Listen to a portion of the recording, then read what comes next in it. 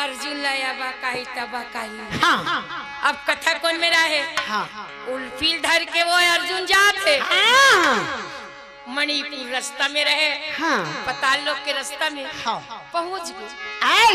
अब उल्फी का कहते ये हो हाँ प्यास लागत। हाँ हाँ तो अर्जुन कथे एक तरिया ये दे। हाँ अब वो तरियम लेगी तो तरिया अत्यंत भयानक रहे काका। चारों मुड़ा पेड़ पौधा और चारों मुड़ा पेड़ पौधा के बीच में तरिया रहा। अब वो लड़की पानी पीहू की कहा था। अर्जुन वो तरियम लेगी और वो पानी पियाई वही तरिया में जेने तरियम मंगरी अब वो पानी पियाई तहां थकासी लागी सो। सुखियारी लड़की मोटरल मराई सिराना और वो लड़की वही में अब वही में वो लड़की सो है। थकहा शरीर राखी मुंदा गई। नींद पर गई। अर्जुन पार में बैठे हैं। ये काका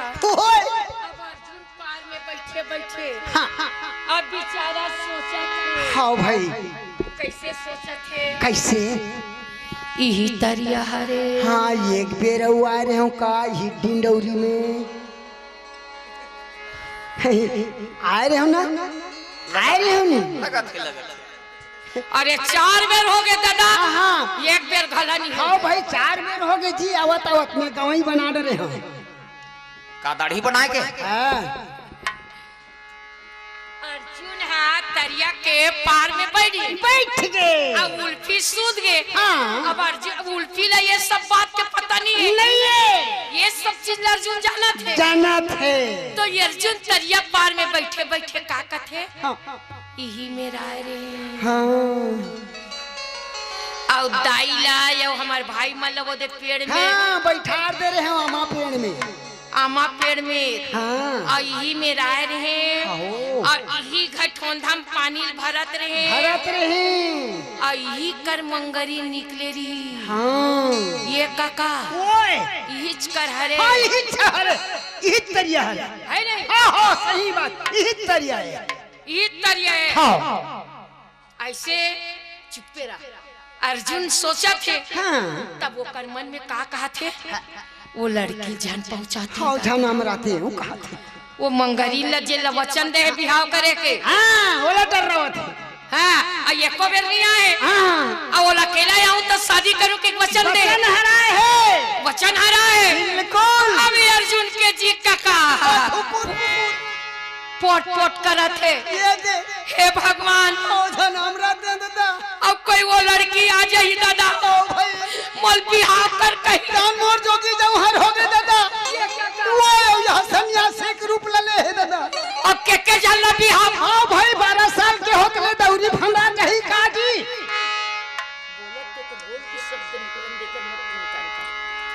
है नहीं का बात एक झन ला चलाए बर मुश्किल जाते।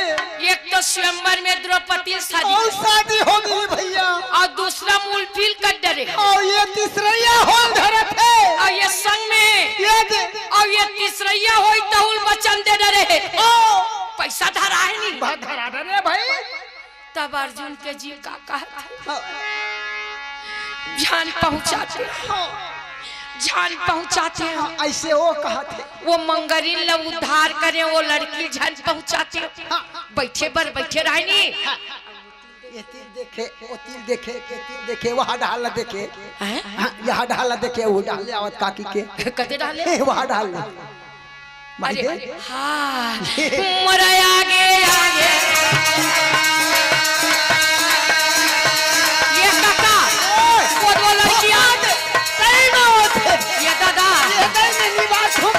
ये दादा वो लड़की आगे मरा आगे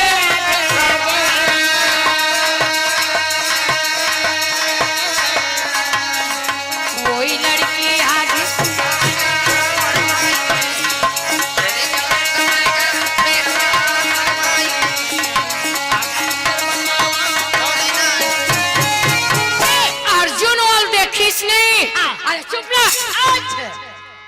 केल करना नहीं है, बिन काम केल कर ही।